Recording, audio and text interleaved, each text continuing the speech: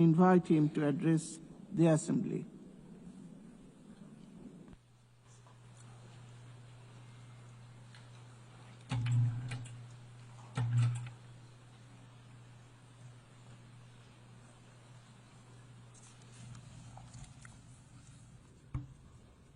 আসসালামু আলাইকুম রহমতুল্লাহি ওয়া বারাকাতুহু।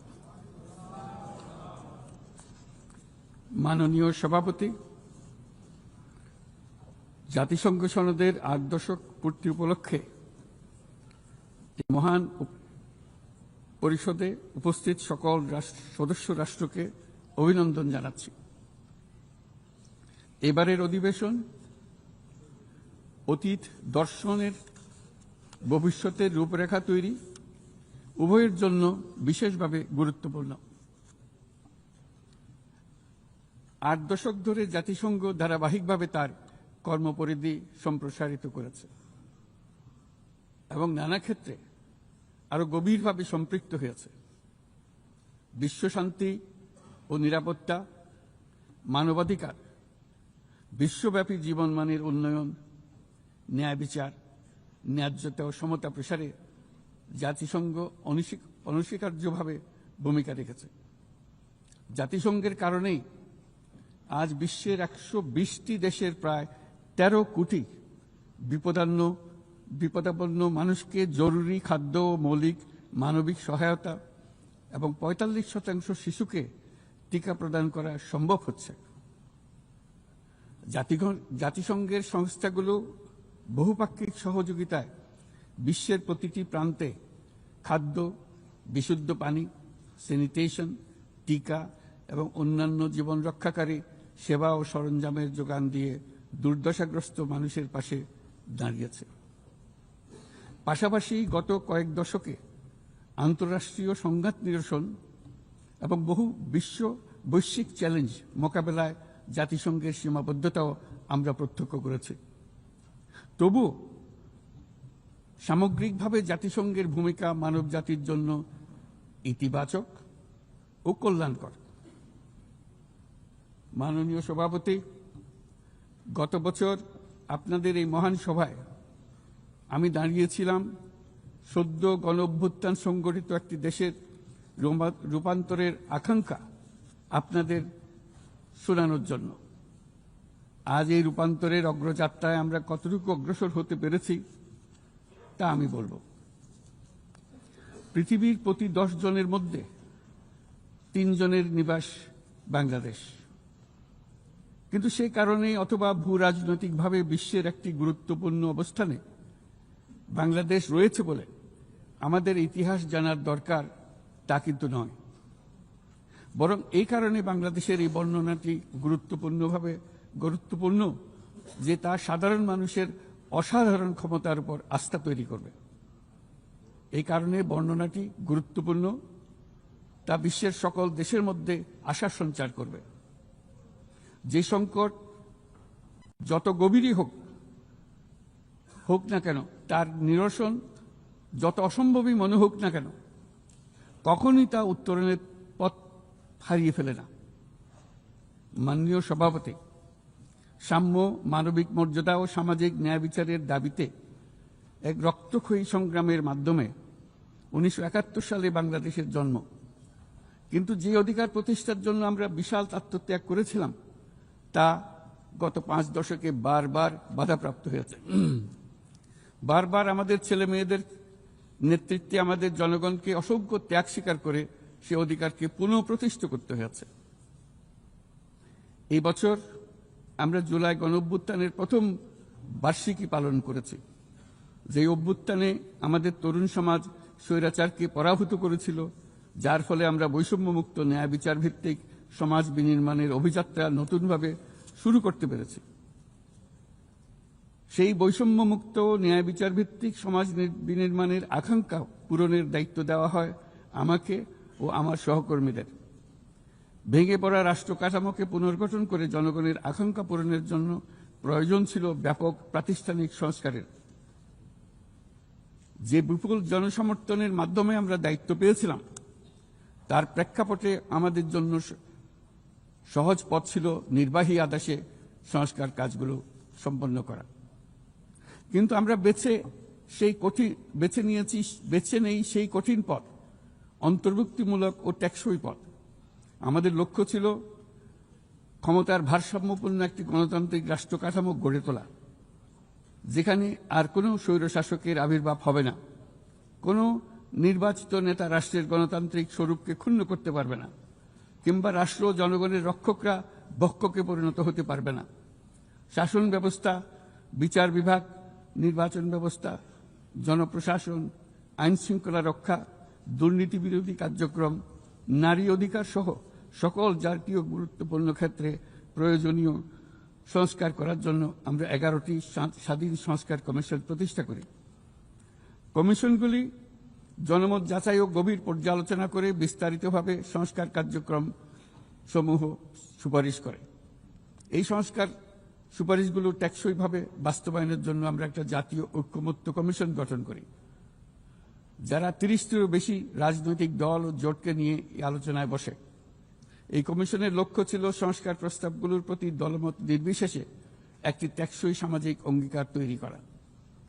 আমাদের এই অন্তর্ভুক্তিমূলক পদক্ষেপ সফল হয়। আমরা জুলাই অভ্যুত্থানের 1 বছর পূর্তিতে রাজনৈতিক দলগুলোর সাথে একই মঞ্চে দাঁড়িয়ে সকলে মিলে জুলাই ঘোষণার মাধ্যমে এই সংস্কার কার্যক্রমের প্রতি আমাদের সময়াবদ্ধ অঙ্গীকার ব্যক্ত করি। অর্থাৎ আগামী নির্বাচনে যে দলে জনগণের সমর্থন পাক না কেন, সংস্কার কার্যক্রম বাস্তবায়নে আর কোনো অনিশ্চয়তার অবকাশ থাকবে না। আপনারা জানেন যে আগামী বছরের ফেব্রুয়ারি মাসে আমরা জাতীয় নির্বাচন অনুষ্ঠানের প্রস্তুতি নিচ্ছি। পাশাপাশি স্বচ্ছতা ও জবাবদিহিতা, আইনের শাসন নিশ্চিত করবার জন্য আমাদের নিরবচ্ছিন্নভাবে নাগরিক বান্ধব সংস্কার চালিয়ে যাচ্ছি। মাননীয়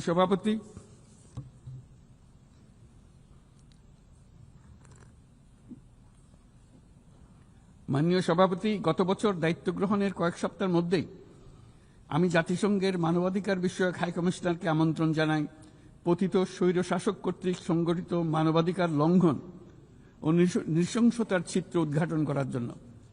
তারা মাঠ পর্যায়ে তদন্ত করে বিস্তারিত প্রতিবেদনের পাশাপাশি ভবিষ্যতে যাতে এই ধরনের অপরাধের পুনরাবৃত্তি না ঘটে সেই জন্য যেই সুপারিশমালা দিয়েছে তা আমরা আমাদের জাতীয় সংস্কার কার্যক্রমে যুক্ত করেছি।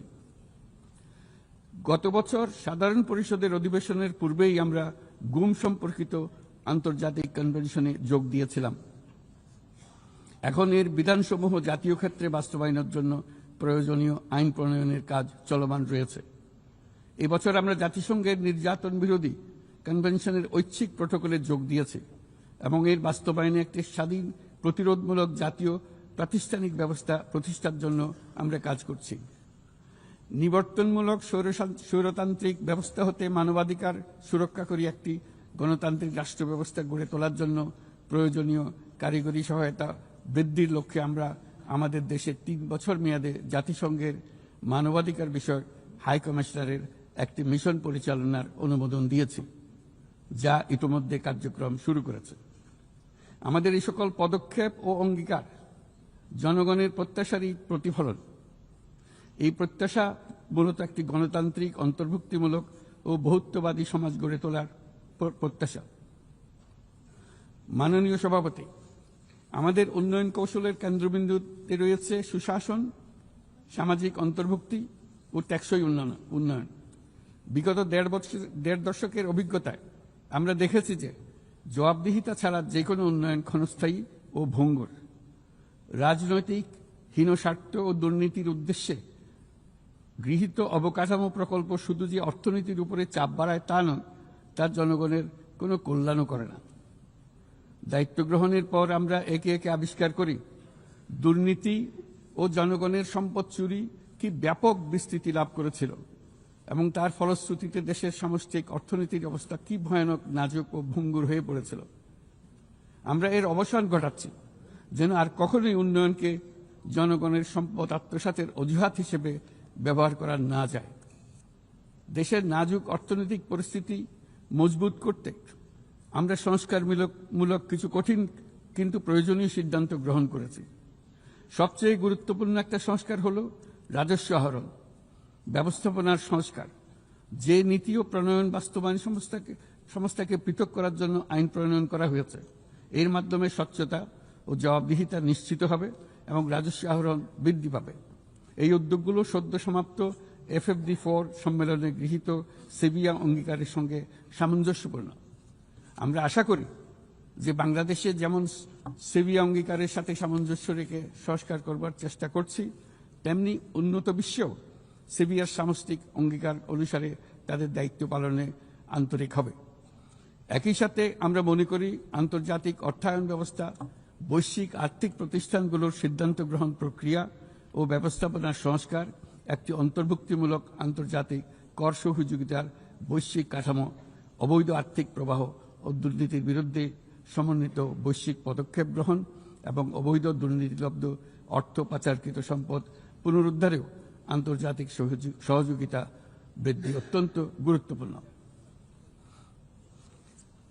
মাননীয় সভাপতি, দেশের পাচার হওয়া অবৈধ সম্পদ পুনরুদ্ধার করা বর্তমানে আমাদের অন্যতম শীর্ষ অগ্রাধিকার। গত 15 বছরে দুর্নীতির মাধ্যমে শত শত কোটি ডলার অবৈধভাবে বিদেশে পাচার করা হয়েছে। আমরা নিরলসভাবে এই সম্পদ ফেরত আনার চেষ্টা করছি, কিন্তু সংশ্লিষ্ট দেশগুলোর আইনি প্রক্রিয়া এবং অন্যান্য নানাবিধ প্রতিবন্ধকতার কারণে আমাদের এই প্রচেষ্টা বারে বারে বাধাগ্রস্ত হচ্ছে। সংশ্লিষ্ট দেশগুলোর দৃঢ় সদিচ্ছা ছাড়া আমরা পাচার হওয়া অবৈধ সম্পদ পুনরুদ্ধারে সফল হতে পারছি না। বিশ্বের বিদ্যমান অর্থনৈতিক ব্যবস্থা উন্নয়নশীল দেশ থেকে সম্পদের এই অবৈধ পাচারকারীদের কার্যকরীভাবে প্রতিরোধ করতে ব্যর্থ হচ্ছে। কোনো কোনো ক্ষেত্রে আন্তর্জাতিক আর্থিক প্রতিষ্ঠানগুলোর বিধিবিধানগুলো বিশ্বব্যাপী বিভিন্ন ট্যাক্স হ্যাভেনে বিপুল পরিমাণে অবৈধ অর্থ স্থানান্তরে উৎসাহিত করছে। তাই যেসব দেশ ও প্রতিষ্ঠান এই পাচারকৃত সম্পদ গচ্ছিত রাখবার সুযোগ দিচ্ছে, তাদের আমি আহ্বান জানাচ্ছি তারা যেন এই অপরাধের সঙ্গে শরিক না হয়। এই সম্পদ তার প্রকৃত মালিককে অর্থাৎ কৃষক, শ্রমিক এবং সাধারণ করদাতাদের নিকট ফিরিয়ে দেন।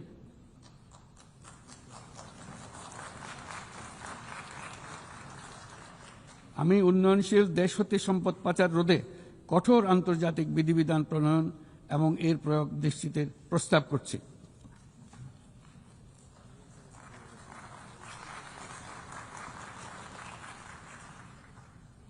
মাননীয় সভাপতি, রাজস্ব খাতের ঐতিহাসিক সংস্কারের পাশাপাশি আমরা বাজারভিত্তিক মুদ্রা বিনিময় হার চালু করেছি। ব্যাংক খাতে অ্যাসেট কোয়ালিটি রিভিউ, নতুন ব্যাংক রেজলিউশন অধ্যাদেশ, আসন্ন ডিপোজিট প্রোটেকশন অধ্যাদেশের মাধ্যমে শৃঙ্খলা ও স্থিতিশীলতা ফিরিয়ে আনছি। পুঁজিবাজারে সংস্কার, টাস্কফোর্স ও শক্তিশালী তদন্ত ব্যবস্থার মাধ্যমে তদারকি আধুনিকীকরণ করেছে। সরকারি ক্রয় ব্যবস্থায় ডিজিটাল টেন্ডারিং বাধ্যতামূলক করা হয়েছে এবং স্বার্থের সংঘাত সংশ্লিষ্ট তথ্য প্রকাশ বাধ্যতামূলক করা হয়েছে। পাশাপাশি নতুন পাবলিক অ্যাকাউন্টস অডিট অধ্যাদেশের মাধ্যমে জবাবদিহিতা আরও জোরদার করা হয়েছে। শুধুমাত্র আর্থিক স্থিতিশীলতা অর্জনের সীমাবদ্ধ না থেকে আমরা বিনিয়োগ বান্ধব পরিবেশ গড়ে তুলছি। বাংলাদেশ সিঙ্গল উইন্ডো এখন 19টি সংস্থাকে একীভূত করে কাস্টম প্রক্রিয়া সহজ করেছে। দ্রুত বাণিজ্যিক বিরোধ নিষ্পত্তির জন্য বিশেষায়িত বাণিজ্য আদালত গঠিত হয়েছে। বিনিয়োগ উন্নয়ন কর্তৃপক্ষ বা বিডা ওয়ান স্টপ সার্ভিস সাবলীলভাবে প্রদানের জন্য সমন্বয় কমিটি গঠন করেছে। নিয়ন্ত্রণ কর্তৃপক্ষগুলোকে একই ছাদের নিচে নিয়ে আসা হয়েছে এবং ভিসা ও ওয়ার্ক পারমিট প্রক্রিয়া সহজ করা হয়েছে। FDI, হিটম্যাপ ও জাতীয় সেমিকন্ডাক্টর টাস্কফোর্স বিনিয়োগকারীদের কাছে উচ্চ সম্ভাবনাময় খাতগুলোর তথ্য সহজ ও স্বচ্ছভাবে তুলে ধরছে। বাণিজ্য লজিস্টিক্সেও উন্নতি ঘটেছে। চট্টগ্রাম বন্দরে গত আগস্টে কন্টেইনার হ্যান্ডলিংয়ে 27% প্রবৃদ্ধি ঘটেছে, যা দক্ষতার উল্লেখযোগ্য অগ্রগতি নির্দেশ করে। এসব উদ্যোগ অর্থনৈতিক শাসন ব্যবস্থাকে যেমন সুদৃঢ় করেছে, তেমনি বিনিয়োগকারীকেও নিরাপদ করেছে। এইসব সংস্কারের ফলে বাংলাদেশ এখন টেকসই ও অন্তর্ভুক্তিমূলক বিনিয়োগ ও অর্থনৈতিক প্রবৃদ্ধির এক পর্যায়ে প্রবেশ করেছে। এর পাশাপাশি এত স্বল্প সময়ে অর্থনৈতিকভাবে ঘুরে দাঁড়ানোর পেছনে আমাদের প্রবাসীরা গুরুত্বপূর্ণ অবদান রেখেছেন।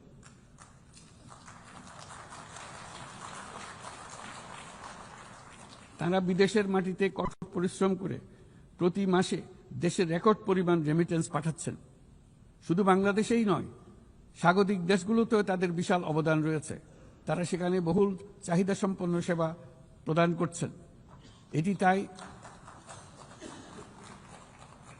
এটি তাই আমাদের জন্য যেমন তেমনি স্বাগতিক দেশগুলোর জন্য সমানভাবে লাভজনক। উভয় দেশের জন্যই তা উপকারী। এই প্রসঙ্গে আমি জানাতে চাই, আমরা শ্রম অধিকার সংস্কার নিয়ে এগিয়ে যাচ্ছি। ইতিমধ্যেই স্বাধীন শ্রম সংস্কার কমিশনের সুপারিশ বাস্তবায়নে একটি কমিটি গঠিত হয়েছে। বাংলাদেশ শ্রম আইন সংশোধনের কাজ চূড়ান্ত পর্যায়ে রয়েছে, যেখানে ট্রেড ইউনিয়ন প্রক্রিয়া সহজ করা, মাতৃত্বকালীন ছুটি বৃদ্ধি ও আনুষ্ঠানিক ও অনানুষ্ঠানিক উভয় খাতের শ্রমিকদের জন্য সামাজিক সুরক্ষা সম্প্রসারণের পদক্ষেপ অন্তর্ভুক্ত করা হচ্ছে। ট্রেড ইউনিয়নের জন্য অনলাইন নিবন্ধন ব্যবস্থা চালু করা হয়েছে এবং নিবন্ধন প্রক্রিয়াকে আরও সহজ করার জন্য বিষয়টি বিবেচনা করা হচ্ছে। পাশাপাশি শ্রমিকদের অধিকার সুরক্ষা আমাদের অঙ্গীকারের নিদর্শন স্বরূপ সম্প্রতি আমরা ইসলামী সহযোগিতা সংস্থার লেবার সেন্টারের সংবিধানটি স্বাক্ষর করেছি। এই কারণেই আমরা নিরাপদ, সুশৃঙ্খল ও নিয়মিত অভিবাসনকে সমর্থন করি এবং যেসব দেশে প্রবাসী শ্রমিকরা যান সেসব দেশে তাদের জন্য সহমর্মিতা ও সুরক্ষা নিশ্চিত করার আহ্বান জানাচ্ছি। উন্নত বিশ্ব যেখানে বয়স্ক জনসংখ্যার চাপে ভুগছে, সেখানে বাংলাদেশ অতি সৌভাগ্যবান। আমাদের 60শতাংশেরও বেশি মানুষের বয়স 35 বছরের নিচে। তাই অভিবাসন প্রক্রিয়াকে সহজ করলে তা উভয় পক্ষের জন্য উপকারী হবে। তরুণ জনসংখ্যার এই সুবিধাকে কাজে লাগিয়ে আমরা উন্নত বিশ্বের শ্রম সমস্যার সমাধান ও প্রয়োজন মেটাতে সক্ষম হব। মাননীয় সভাপতি, বাংলাদেশের তরুণ প্রজন্ম ইতিমধ্যে প্রমাণ করেছে যে তারা সমাজ পরিবর্তনের চালিকা শক্তি। আমরা তাদের দক্ষতা উন্নয়নে বিনিয়োগ করছি। তথ্য প্রযুক্তি, কৃত্রিম বুদ্ধিমত্তা, নবায়নযুক্ত শক্তি, পরিবেশ বান্ধব প্রযুক্তি সহ বিভিন্ন ক্ষেত্রে তাদের প্রশিক্ষণ দিচ্ছি।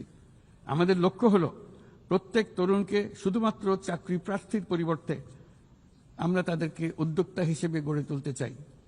এই উদ্দেশ্যে আমরা জাতিসংঘের সঙ্গে অংশীদারিত্বে মাঠ পর্যায়ে তরুণদের সঙ্গে সরকারের শীর্ষ নীতি নির্ধারকদের যুক্ত করার একটা স্থায়ী মাধ্যম চালু করেছি।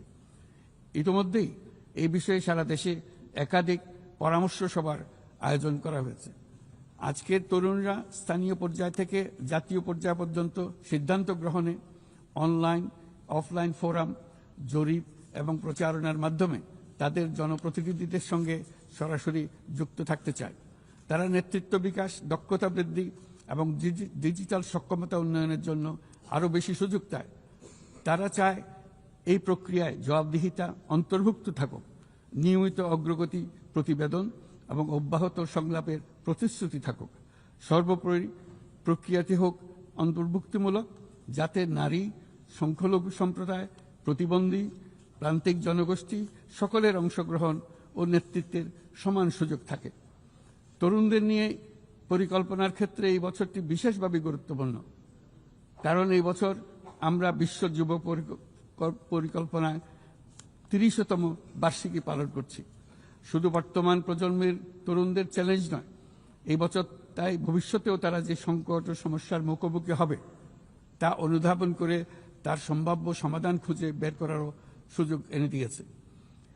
দ্রুত পরিবর্তনশীল প্রযুক্তির এই যুগে উন্নয়নশীল বিশ্বের তরুণদের জন্য আরও গভীর এক ডিজিটাল বিভাজন তৈরি হওয়ার ঝুঁকি আজ আমাদের একটি বড় উদ্বেগ। কোয়ান্টাম কম্পিউটিং, কৃত্রিম বুদ্ধিমত্তা, ভাষাভিত্তিক বৃহৎ মডেল কিংবা আধুনিক যোগাযোগ ব্যবস্থা, এইসব প্রযুক্তি যেন তাই পক্ষপাতদুষ্ট না হয় এবং এর সুফল যেন ন্যায্যভাবে সবার কাছে পৌঁছায়, তা আজ আমাদের নিশ্চিত করতে হবে। অন্যথায় বিশ্বব্যাপী এমন একটি প্রজন্ম তৈরি হবার ঝুঁকি রয়েছে যারা নিজেদেরকে বঞ্চিত, প্রান্তিক, অন্যায় অবিচারের শিকার হিসেবে বিবেচনা করবে। তারা সকল ধরনের ক্ষতিকারক প্রলোভনের সহজ লক্ষ্যবস্তুতে পরিণত হবে। আমরা মনে করি প্রযুক্তিগত উন্নয়নের সুফল বিশ্বব্যাপী ছড়িয়ে দিয়ে তরুণদের ঝুঁকিমুক্ত রাখার জন্য শুধু প্রযুক্তিগত উদ্ভাবন যথেষ্ট নয়, প্রয়োজন সামাজিক উদ্বোধন। আমরা প্রায় অর্ধ শতাব্দী আগে ক্ষুদ্র ঋণের ধারণা নিয়ে এসেছিলাম। তখন সেটি ছিল প্রথাগত ধারণার বিরুদ্ধে এক বৈপ্লবিক নিরীক্ষা। কিন্তু আজ বিশ্বব্যাপী তা মূলধারার হাতিয়ার হিসেবে স্বীকৃত। ক্ষুদ্র ঋণ লক্ষ লক্ষ মানুষকে দারিদ্র্য থেকে মুক্ত করেছে। উদাহরণস্বরূপ এমনকি মার্কিন যুক্তরাষ্ট্রে গ্রামীণ আমেরিকা বছরে এখন 6 বিলিয়ন, এখন সব মিলিয়ে $6 বিলিয়ন উপর ঋণ নিম্ন আয়ের নারী উদ্যোক্তাদের মধ্যে বিতরণ করেছে এবং এর প্রায় শতভাগ নিয়মিতভাবে পরিশোধ করে যাচ্ছে। বাংলাদেশ ও বিশ্বজুড়ে আজ সামাজিক ব্যবসার যে ধারণা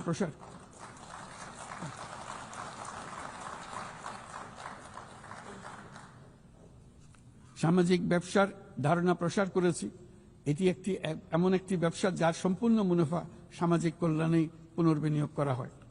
সামাজিক ব্যবসা প্রমাণ করেছে যে প্রতি মানুষের উদ্যোক্তা হওয়ার সত্তা সামাজিক কল্যাণে এবং সামাজিক সমস্যা সমাধানে কাজে লাগানো সম্ভব। এর ফলে পৃথিবীর যাবতীয় সমস্যা সমাধানের একটি সৃজনশীল পদ্ধতি সকলের হাতে এসে যায়, যেটি পরিবেশের সমস্যা হোক, সম্পদ কেন্দ্রীভূত হওয়ার সমস্যা হোক, স্বাস্থ্যের সমস্যা হোক, বেকারত্ব দূরীকরণের সমস্যা হোক, দারিদ্র্য দূরীকরণের সমস্যা হোক, সবকিছুতেই এই পদ্ধতি টেকসইভাবে কাজে লাগানো যায়। মাননীয় সভাপতি, জলবায়ু সংকট চ্যালেঞ্জের মোকাবেলায় বিশ্বজনীন তাপমাত্রা বৃদ্ধি 1.5 ডিগ্রি সেলসিয়াসে সীমাবদ্ধ রাখার লক্ষ্যমাত্রা আজ আমাদের হাতছাড়া হয়ে গেছে। প্রতি বছর $100 বিলিয়ন জলবায়ু সহায়তার প্রতিশ্রুতিও পূরণ হয়নি।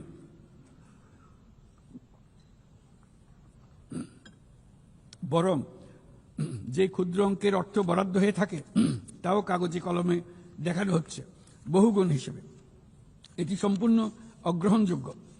আমাদের সন্তানদের ভবিষ্যতের জন্য এখনই কার্যকর ব্যবস্থা নিতে হবে। লস অ্যান্ড ড্যামেজ ফান্ড পুরোপুরি চালু করতে হবে। জলবায়ুর পরিবর্তনের বিরূপ প্রতিক্রিয়া প্রশমনের উদ্যোগ যেমন বাড়াতে হবে, তেমনি অভিযোজনেও সমান গুরুত্ব দিতে হবে। আর অভিযোজন প্রচেষ্টা হতে হবে দেশজ, স্থানীয়ভাবে নির্ধারিত এবং স্থানীয়ভাবে পরিচালিত। বাংলাদেশ ইতিমধ্যে স্থানীয়ভাবে সংবেদনশীল অভিযোজনের নীতিকে মূল ভিত্তি হিসেবে গ্রহণ করেছে।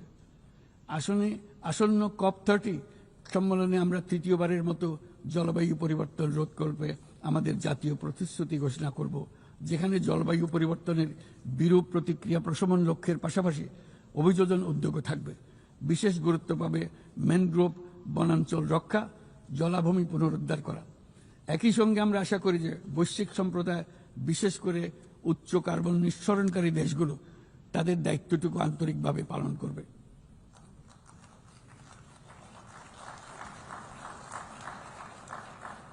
মাননীয় সভাপতি, বর্তমানের আরেকটি বড় চ্যালেঞ্জ হলো বিশ্ব বাণিজ্যে সংরক্ষণবাদের উত্থান। আমাদের সময়ে আমরা দেখেছি বাণিজ্য ও বিশ্বায়নের সুফল মাত্র 3 দশকে 100 কোটি মানুষকে দারিদ্র্য থেকে মুক্ত করেছে। এখন যদি আমরা উল্টো পথে হাঁটি তবে আমাদের সন্তানদের সেই সুযোগ আর থাকবে না। এটা অনস্বীকার্য যে বাণিজ্যের ক্ষেত্রে প্রতিটি দেশের সার্বভৌম স্বার্থ সুরক্ষিত রাখতে হবে এবং কোনো দেশকে তার সাধ্যের অতিরিক্ত বোঝা বইতে দেওয়া যাবে না। কিন্তু বৈশ্বিক শান্তি ও সমৃদ্ধি টিকিয়ে রাখার স্বার্থে উন্মুক্ত, ন্যায়সঙ্গত, নিয়মভিত্তিক বৈশ্বিক বাণিজ্যের কোনো বিকল্প নেই। তাছাড়া বৈশ্বিক বাণিজ্যে দ্রুত সামাজিক ব্যবসার প্রসার ঘটাতে হবে। উন্নয়ন সহায়তার একটি বড় অংশ সামাজিক ব্যবসায় প্রসারে বিশ্বময় ক্রমাগতভাবে জোরদার করতে হবে। আমার প্রজন্মে দেখেছি কিভাবে একটি পারস্পরিক নির্ভরশীল বৈশ্বিক অর্থনৈতিক ব্যবস্থা যে কোনো সংঘাতকে ব্যয়বহুল করে তুলেছে এবং বিশ্বের শান্তি টিকিয়ে রাখতে সাহায্য করেছে। আজ বিশ্বব্যাপী 120টিরও বেশি সশস্ত্র সংঘাত চলছে। পারস্পরিক অর্থনৈতিক নির্ভরশীলতা ভেঙে গেলে এরকম সংঘাত আরও বাড়বে, ব্যাহত হবে উন্নয়ন, বিনষ্ট হবে বিশ্ব শান্তি। মাননীয় সভাপতি, আমাদের প্রতিবেশী দেশ মায়ানমারে চলমান সংঘাত সমগ্র অঞ্চলের জন্য গভীর উদ্বেগজনক পরিস্থিতির সৃষ্টি করেছে। এটি যে শুধু আঞ্চলিক স্থিতিশীলতাকে ঝুঁকিতে ফেলছে তা নয়, বরং বাংলাদেশে আশ্রয়প্রাপ্ত বলপূর্বক বাস্তুচ্যুত রোহিঙ্গাদের তাদের মাতৃভূমি মায়ানমারে প্রত্যাবাসনকেও কঠিন করে তুলেছে। 8 বছর পার হয়ে গেল, রোহিঙ্গা সংকটের কোনো সমাধান হলো না। উপরন্তু বাংলাদেশ প্রতিনিয়তই মায়ানমার থেকে আগত রোহিঙ্গাদের আশ্রয় দিয়ে চলেছে। স্পষ্টতই সাংস্কৃতিক পরিচয়ভিত্তিক রাজনীতির কারণে রোহিঙ্গাদের উপর অধিকার বঞ্চনা ও নির্যাতন রাখাইনে অব্যাহত রয়েছে। রোহিঙ্গাদের প্রান্তিকীকরণ প্রক্রিয়া আর চলতে দেওয়া যাবে না। যেসব বৈষম্যমূলক নীতি ও কর্মকাণ্ড আজকের এই পরিস্থিতি তৈরি করেছে, তার সমাধান ও প্রতিকারমূলক ব্যবস্থা এখনই গ্রহণ করা সম্ভব। তার জন্য পূর্ণাঙ্গ জাতীয় সংঘাত রাজনৈতিক মীমাংসার অপেক্ষা করার প্রয়োজন নেই। রাখাইনের সমস্যাগুলো চূড়ান্তভাবে রাজনৈতিক সমাধান করা দরকার। তবে এর জন্য রাখাইন অঞ্চলের সংশ্লিষ্ট সকল জাতিসত্তার অংশগ্রহণে এমন একটি বন্দোবস্ত প্রয়োজন যেন রোহিঙ্গারা সম অধিকার ও নাগরিকত্ব সহ সমাজের অংশ হতে পারে।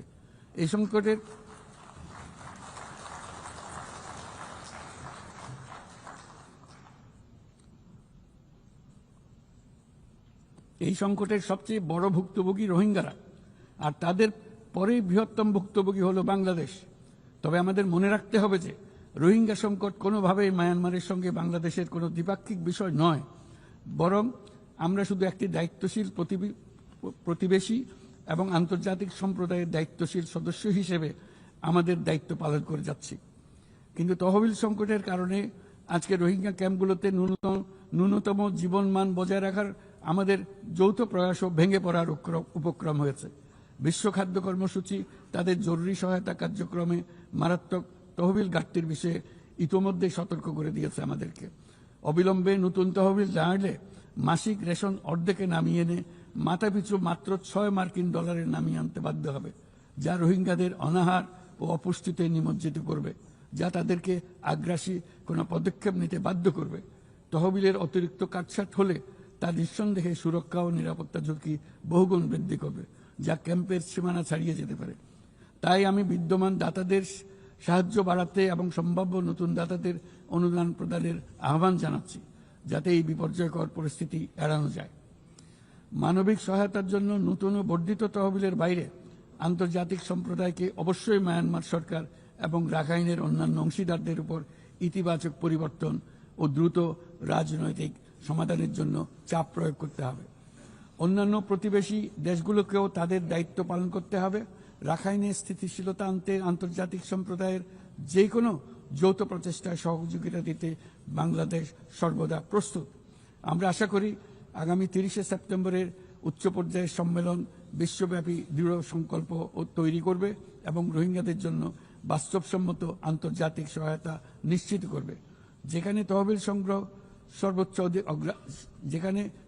সংগ্রহ সর্বোচ্চ অগ্রাধিকার পাবে। একই সঙ্গে আন্তর্জাতিকভাবে একটি রোডম্যাপ গৃহীত হবে এবং সময়াবদ্ধ কর্মপরিকল্পনা গ্রহণের মাধ্যমে রোহিঙ্গা সংকটের স্থায়ী সমাধান খুঁজে পাওয়া সম্ভব হবে। মাননীয় সভাপতি, শুধু মায়ানমার নয়, এবছর আমরা পৃথিবীর প্রায় প্রতিটি প্রান্তেই সংঘাত প্রত্যক্ষ করেছি। ইউরোপ, দক্ষিণ এশিয়া, মধ্যপ্রাচ্য, বিশ্বের সবচেয়ে ঘনবসতিপূর্ণ অঞ্চলে আমরা বাস করি। বিশ্বের আর কোনো অঞ্চলে এত সংখ্যক পারমাণবিক অস্ত্রধারী রাষ্ট্র এত অল্প দূরত্বে অবস্থান করছে না। তাই নিরস্ত্রীকরণ, পারমাণবিক অস্ত্রের বিস্তার রোধের গুরুত্ব আমরা গভীরভাবে উপলব্ধি করতে পারি। আমরা সময়ের সঙ্গে দুর্বল হয়ে পড়া বৈশ্বিক অস্ত্র নিয়ন্ত্রণ চুক্তিগুলোকে পুনর্জীবিত করার জন্য জোর দাবি জানাচ্ছি। বিশেষ করে মধ্যপ্রাচ্য ও দক্ষিণ এশিয়ায় পারমাণবিক অস্ত্রমুক্ত অঞ্চল প্রতিষ্ঠার আহ্বান জানাচ্ছি। একই সঙ্গে আমরা পূর্ণ স্বচ্ছতার সঙ্গে শান্তিপূর্ণভাবে পারমাণবিক শক্তি ব্যবহারের যে অধিকার প্রতিটি রাষ্ট্রের রয়েছে তার প্রতি পূর্ণ সমর্থন জানাচ্ছি। একটি দায়িত্বশীল দেশ হিসেবে আমাদের প্রথম পারমাণবিক বিদ্যুৎ কেন্দ্র চালু করার আগেই এই বছর আমরা আন্তর্জাতিক পরমাণু শক্তি সংস্থার আওতাধীন পরমাণু নিরাপত্তা ও বর্জ্য ব্যবস্থাপনা সম্পর্কিত যৌথ কনভেনশনে যোগদান করেছি। এই যোগদানের মাধ্যমে সর্বোচ্চ মানের পারমাণবিক নিরাপত্তা ও স্বচ্ছতার প্রতি আমরা আমাদের প্রতিশ্রুতি পুনর্ব্যক্ত করছি।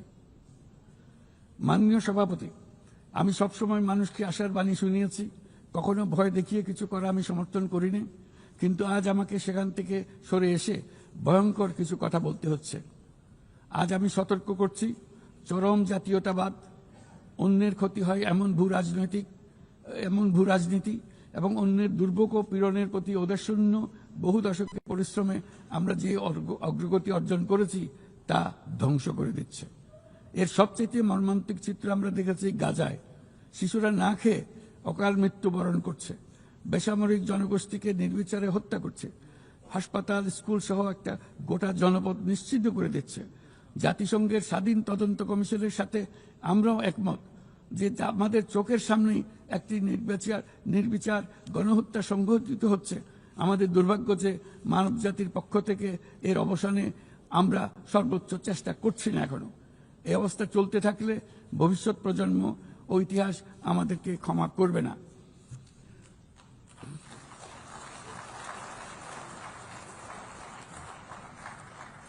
বাংলাদেশের জনগণ এ বিশ্বের বিবেকবান নাগরিকদের পক্ষ থেকে আমি আবারও জোরালো দাবি জানাচ্ছি যে পূর্ব জেরুজালেমকে রাজধানী করে একটি স্বাধীন ফিলিস্তিন রাষ্ট্র গঠনের মাধ্যমে এই সমস্যার দ্বিরাষ্ট্রীয় ভিত্তিক সমাধান এখনই বাস্তবায়ন করতে হবে।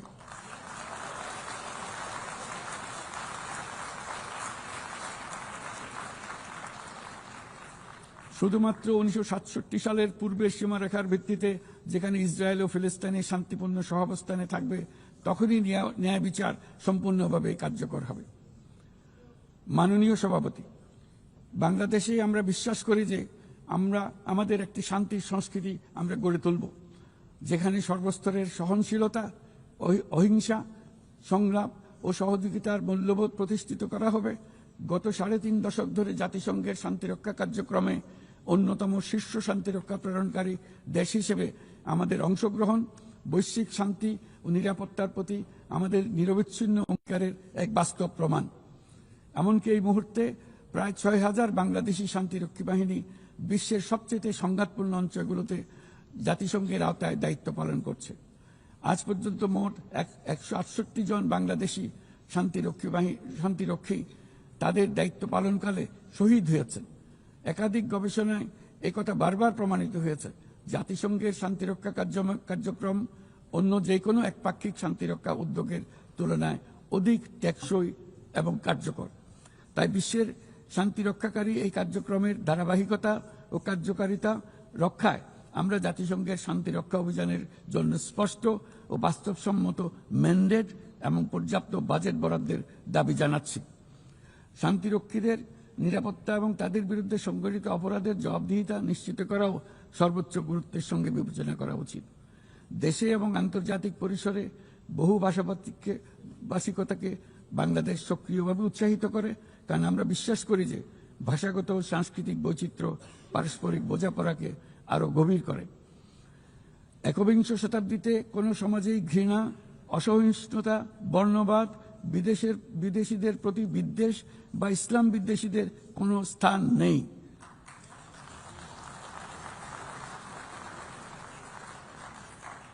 অথচ বর্তমানে বিভ্রান্তিমূলক প্রচারণা, ঘৃণাত্মক বক্তব্য গুরুতর উদ্বেগের বিষয় হয়ে দাঁড়িয়েছে। গত বছর বাংলাদেশে ছাত্র জনতার অভ্যুত্থান পরবর্তী সময়ে বিভিন্ন স্বার্থান্বেষী গোষ্ঠীর পক্ষ থেকে উদ্দেশ্যমূলকভাবে বিভ্রান্তিকর সংবাদ ছড়ানো হয়েছে, যা এখনো চলমান রয়েছে। এর সঙ্গে যুক্ত হয়েছে পরিকল্পিত মিথ্যা সংবাদ, কৃত্রিম বুদ্ধিমত্তা নির্ভর ডিপফেক এর প্রসার, যা পরিস্থিতিকে আরো জটিল করে তুলেছে। এসবের বিরুদ্ধে আমাদের একসঙ্গে কাজ করতে হবে, যাতে এসব বিকৃত কর্মকাণ্ড মানুষের আস্থাকে বিনষ্ট না করে কিংবা সামাজিক সম্প্রীতিকে দুর্বল করে না দেয়। মাননীয় সভাপতি, আমাদের শীর্ষ অগ্রাধিকারগুলোর মধ্যে অন্যতম হল নারীর ক্ষমতায়ন। আমাদের জাতীয় কবি কাজী নজরুল ইসলামের ভাষায়, বিশ্বে যা কিছু মহান সৃষ্টি চিরকল্যাণকর, অর্ধেক তার করিয়েছে নারী, অর্ধেক তার নর।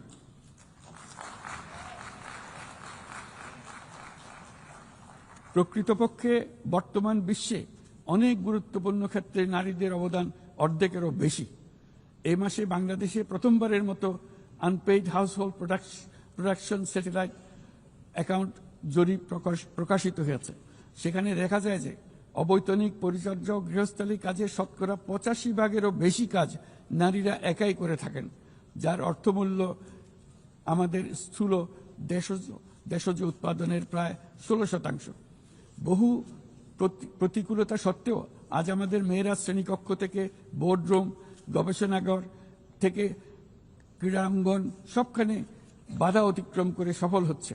সম্প্রতি আমাদের নারী ফুটবল দল আঞ্চলিক চ্যাম্পিয়নশিপ জিতেছে, আন্তঃএশীয় প্রতিযোগিতার জন্য উত্তীর্ণ হয়েছে এবং সারা দেশের লাখো মানুষকে অনুপ্রাণিত করে চলেছে। নারীর নিরাপত্তা ও মর্যাদা এবং সমান সুযোগ সুনিশ্চিত করার জন্য আমার সরকার প্রচেষ্টা অব্যাহত রয়েছে। এই বছর আমরা বেইজিং ঘোষণাপত্রের ৩০তম বার্ষিকী উদযাপন করছি। এই উপলক্ষে নারীর ক্ষমতায়নে আমাদের অঙ্গীকারকে আরও জোরদার করতে আমরা বেইজিং +30 অ্যাকশন এজেন্ডা এর অধীনে আগামী 5 বছরে বাস্তবায়নের লক্ষ্য নিয়ে 4টি জাতীয় প্রতিশ্রুতি ঘোষণা করেছি। এর মধ্যে রয়েছে যৌন হয়রানি প্রতিরোধ, সুরক্ষা সংক্রান্ত আইন প্রণয়ন করা, নারীর অবৈতনিক পরিচর্যা ও গৃহস্থলী কাজের স্বীকৃতি ও মূল্যায়ন নিশ্চিত করা, রাজনৈতিক ও জনপরিসরে নারীর অংশগ্রহণ বৃদ্ধি করা, নারীর সমতা ও ক্ষমতায়নের প্রতি সংবেদনশীল বাজেট প্রণয়ন পদ্ধতি শক্তিশালী করা। মাননীয় সভাপতি, বাংলাদেশ পারস্পরিক শ্রদ্ধা, স্বচ্ছতা এবং কল্যাণের ভিত্তিতে আঞ্চলিক সহযোগিতায় অঙ্গীকারবদ্ধ। আমরা বিমস্টেক, BBIN, এশিয়ান হাইওয়ে এবং সাসিকের মতো অন্যান্য উদ্যোগের মাধ্যমে আঞ্চলিক সংযোগ ও বাণিজ্যকে এগিয়ে নিচ্ছি। এর সাথে আমরা আসিয়ানের মতো কার্যকরী আঞ্চলিক ফোরামে যুক্ত হওয়ার জন্য আগ্রহ প্রকাশ করেছি। এই মর্মে কাজ করে যাচ্ছি। দক্ষিণ এশীয় আঞ্চলিক সহযোগিতা সংস্থা SAARC-কে পুনর্জীবিত করার জন্য আমরা দৃঢ় আহ্বান জানাচ্ছি। 4 দশক আগে এই সংস্থা প্রাথমিক পর্যায়ে উল্লেখযোগ্য অগ্রগতি অর্জন করেছিল এবং আঞ্চলিক সহযোগিতার জন্য একটা শক্ত ভিত্তি তৈরি করেছিল। রাজনৈতিক অচলাবস্থার পরেও এই প্রাতিষ্ঠানিক কাঠামো এখনও কার্যকর রয়েছে। আমরা বিশ্বাস করি SAARC এখনও আমাদের অঞ্চলের কোটি কোটি মানুষের জন্য কল্যাণ এনে দিতে সক্ষম, যেমনটি আসিয়ান তাদের অঞ্চলের কোটি কোটি মানুষের জন্য করে যাচ্ছে। সম্মিলিত উন্নয়নের জন্য প্রতিবেশী দেশগুলোর মধ্যে আঞ্চলিক সহযোগিতার কোনো বিকল্প নেই। একই সাথে অভিন্ন প্রাকৃতিক সম্পদের ব্যবহারে ন্যায্যতা ও সহমর্মিতার চর্চা করা একান্ত প্রয়োজন। প্রাকৃতিক সম্পদের ব্যবহার নিয়ে শান্তিপূর্ণ আঞ্চলিক সহযোগিতায় বাংলাদেশ দৃঢ়ভাবে অঙ্গীকারবদ্ধ। তাই প্রথম দক্ষিণ এশিয়া দেশ হিসেবে সম্প্রতি আমরা জাতিসংঘের পানি সংক্রান্ত কনভেনশনে যোগ দিয়েছি। মাননীয় সভাপতি, শতাব্দীর পর শতাব্দী ধরে রাজনৈতিক শোষণ, সম্পদ লুণ্ঠন, কাঠামোগত বৈষম্য আজকের অসম উন্নয়নের বাস্তবতা তৈরি করে গিয়েছে। আজ থেকে 1 দশক পূর্বে আমরা যখন এজেন্ডা 2030 অর্জনে একমত হয়েছিলাম, তখন আমরা পথ পরিবর্তন করে সঠিক লক্ষ্যে এগিয়ে যাওয়া নিয়ে আশাবাদী হয়েছিলাম। কিন্তু আজকের বাস্তবতা হলো টেকসই উন্নয়নের অভিষ্ট বাস্তবায়নের যে অগ্রগতি কাম্য ছিল তা মারাত্মকভাবে পিছিয়ে পড়েছে। উন্নয়নে অর্থায়নের ঘাটতি ক্রমশ বাড়ছে। উন্নয়ন সহায়তার প্রবাহ কমছে। আমরা দাতা দেশসমূহকে এই প্রবণতা থেকে বেরিয়ে এসে তাদের অঙ্গীকার পূরণ করতে আহ্বান জানাচ্ছি। আমরা স্বল্পোন্নত দেশ হতে উন্নয়নশীল দেশ হিসেবে উত্তরণের প্রক্রিয়ায় আছি। আমাদের মসৃণ ও টেকসই উত্তরণ নিশ্চিত করতে আন্তর্জাতিক সম্প্রদায়ের, বিশেষ করে জাতিসংঘের সংশ্লিষ্ট সংস্থাসমূহের সহযোগিতা অত্যন্ত জরুরি। তাদের সাহায্য সহায়তা আমরা কামনা করছি। এ বিষয়ে OHRLS সহ সংশ্লিষ্ট সংস্থাসমূহের কার্যক্রমকে সাধুবাদ জানাই। স্বল্পোন্নত দেশসমূহ এবং ঝুঁকিতে থাকা অন্যান্য দেশগুলোর প্রতি আমাদের কার্যকর সহযোগিতা প্রদানের জন্য আমরা আমাদের দপ্তরকে আরও শক্তিশালী করার আহ্বান জানাচ্ছি। একই সঙ্গে অনুদান ও ঋণের পাশাপাশি সরকারি ও বেসরকারি উদ্যোগে সামাজিক ব্যবসা খাতকে বিপুলভাবে এগিয়ে দিয়ে যাওয়ার জন্য আহ্বান জানাচ্ছি। এই নতুন পদ্ধতি দাতা ও গ্রহীতা উভয় দেশের জন্য মঙ্গলজনক হবে এবং উৎসাহব্যঞ্জক হবে। সৃজনশীলতার অতি উচ্চ পর্যায়ে যেতে আমাদের সহায়ক হবে। মাননীয় সভাপতি, বাংলাদেশের অগ্রগতি উন্নয়নের অভিযাত্রায় জাতিসংঘের অবদানকে আমরা সাধুবাদ জানাই। বিশ্বশান্তি ও নিরাপত্তা উন্নয়ন, মানবাধিকার, জাতিসংঘের এই 3টি স্তম্ভের প্রতি আমরা পূর্ণ আস্থা পুনর্ব্যক্ত করছি। আমার বক্তব্যের শুরুতেই আমি বলেছিলাম যে আজ 8 দশকে জাতিসংঘ বারবার দেখিয়েছে যে বহুপাক্ষিক কূটনীতি মানব জাতিকে আরো ভালোভাবে একসঙ্গে বেঁচে থাকার সহায়তা করে। তবু এর 80তম বার্ষিকীতে আমাদের স্বীকার করতেই হবে যে বহুপাক্ষিক কূটনীতি আজ নানা চাপে, নানা রকম চাপের মধ্যে রয়েছে। প্রায়শই অসম দ্বিপাক্ষিক সম্পর্কের টানাপোড়েনে আবারও প্রমাণ করেছে যে বহুপাক্ষিক কূটনীতি আমাদের শেষ এবং সর্বোত্তম ভরসা। তাই বহুপাক্ষিক কূটনীতির ধারক ও বাহক জাতিসংঘকে উজ্জীবিত রাখতে আমরা সদস্য রাষ্ট্রগুলোর সাথে পূর্ণ স্বচ্ছতা ও আন্তরিকতা আলোচনার আহ্বান জানাচ্ছি। বর্তমান সময়ের দাবি মেটাতে বহুপাক্ষিকতার প্রতি আমাদের যৌথ আকাঙ্ক্ষা পূরণ করতে হলে জাতিসংঘকে ক্রমাগত বিকশিত ও অভিযোজিত হতে হবে। আমার এই মর্মে আমরা মহাসচিবের UN80 উদ্যোগকে স্বাগত জানাই। তবে একই সঙ্গে জোর দিয়ে বলতে চাই যে সংস্কারের নামে যেন বহুপাক্ষিকতাকে দুর্বল করা না হয় বা উন্নয়নশীল দেশগুলোর কণ্ঠস্বরকে অবহেলা না করা হয়। সংস্কারের একমাত্র লক্ষ্য হওয়া উচিত মাঠ পর্যায়ে বাস্তব ও ইতিবাচক পরিবর্তন আনা। জনাব সভাপতি, গত বছর আমার জনগণ প্রমাণ করেছে যে জগতে অন্যায়ের বিনাশ অবশ্যম্ভাবী। তারা প্রমাণ করেছে যে পরিবর্তন যেমন সম্ভব তেমনি এটা অপরিহার্য। আমাদের মনে রাখা দরকার যে সামনের দিনে যে চ্যালেঞ্জগুলো আমার আসছে তা কোনো দেশের পক্ষে একা মোকাবেলা করা সম্ভব নয়। একই সঙ্গে আমাদের এটাও মনে রাখতে হবে যে বর্তমান পৃথিবীতে কোনো একটি দেশ সংকটে পড়লে অথবা বিশ্বের কোনো এক প্রান্তে সংকট দেখা দিলে সমগ্র বিশ্বের নিরাপত্তায় ঝুঁকির মুখে পড়ে যায়। আমাদেরকে 3-0 পৃথিবী গড়ার স্বপ্ন নিয়ে অগ্রসর হতে হবে। তরুণরা 3-0 বাস্তবায়নের সৈনিক হয়ে বড় হবে। তাদের সামনে থাকবে শূন্য কার্বন, শূন্য সম্পদ কেন্দ্রীভূতকরণ ও শূন্য বেকারত্ব। এর ভিত্তিতে তারা গড়ে তুলবে তাদের পৃথিবী। 3-0 পৃথিবী গড়া জাতিপুঞ্জের সকলের স্বপ্ন হোক, এই কামনা ব্যক্ত করে আমার বক্তব্য এখানে শেষ করছি। সবাইকে ধন্যবাদ, অসংখ্য ধন্যবাদ।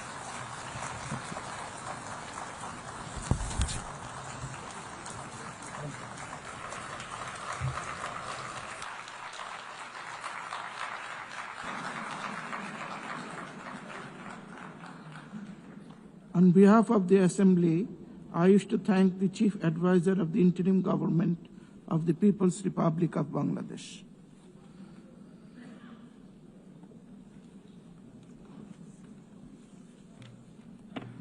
The Assembly will now hear an address by His Excellency Robert Ahlea,